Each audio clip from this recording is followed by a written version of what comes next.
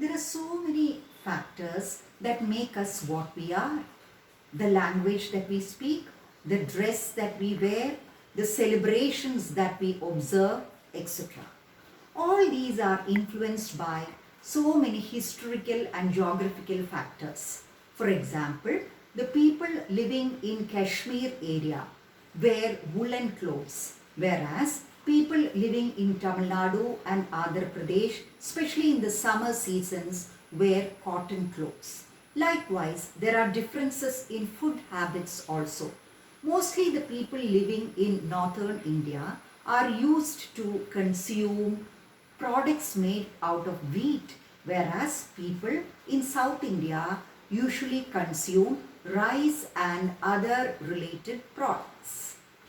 Now, these are all some differences that are created by natural factors. But children, you should understand that some differences are created by individuals among individuals. Before going to the details of these differences and diversities, let me tell you a small incident from the life of a small boy who later became a great reformer and a great person in Indian history. Once in the year 1901, a small boy along with his brothers and cousins were on their way to a place called Koregaon. They had reached the railway station in Koregaon and they were waiting for some people to come to the station and take them home. But for a long time, no person came to take them home. So they were worried. Now the station master came out of his room and inquired, "Where are you going, children?" The children told him that we are going to visit a place in Koregaon and this boy, his father, is living in Koregaon.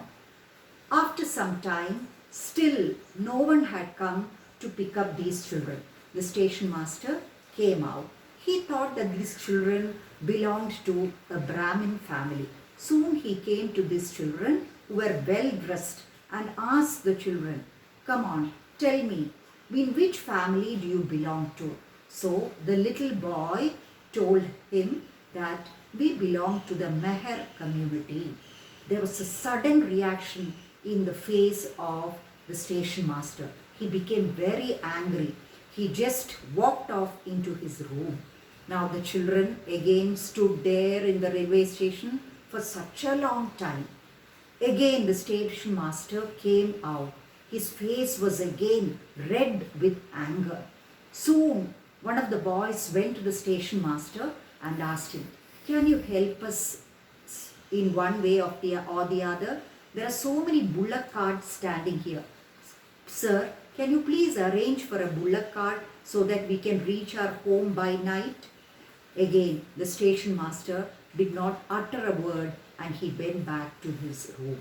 Actually, what had happened was, since these children were belonging to the Mahar community, which was considered as untouchables in the society, no one had come to help him. Even the bullock cart drivers were not in a position, they were not prepared to come and help these small children. Actually, Meher is a community which is considered as untouchables in the Bombay Presidency. The people of this community had no lands of their own. They were actually like the servant class. They were not at all given any sort of respect in the society. They came under the category of Dalits. The word Dalit means broken.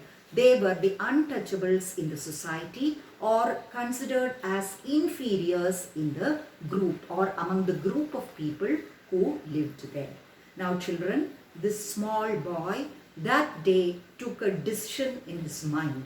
I am going to fight out this injustice. I am going to fight against this injustice and I am going to study in a very big school, have secure higher education and at the same time fight against this injustice or this social evil of untouchability. You know children, after many years, the small boy who belonged to the Meher caste later became Dr. B.R. Ambedkar, the father of the Indian Constitution. He went to England, he took up a degree in, that is, he became a lawyer and he returned. He practiced in the court of India. He actually had his higher studies in England. He returned to India and he helped the people belonging to this Mahar community, the Dalits, to fight against this injustice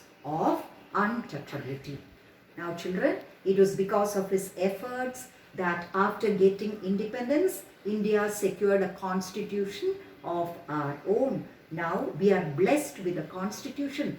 We have got so many privileges like equality. Equality for what? Equality to go to a public place, to secure education, to enjoy the benefits of so many public facilities, etc.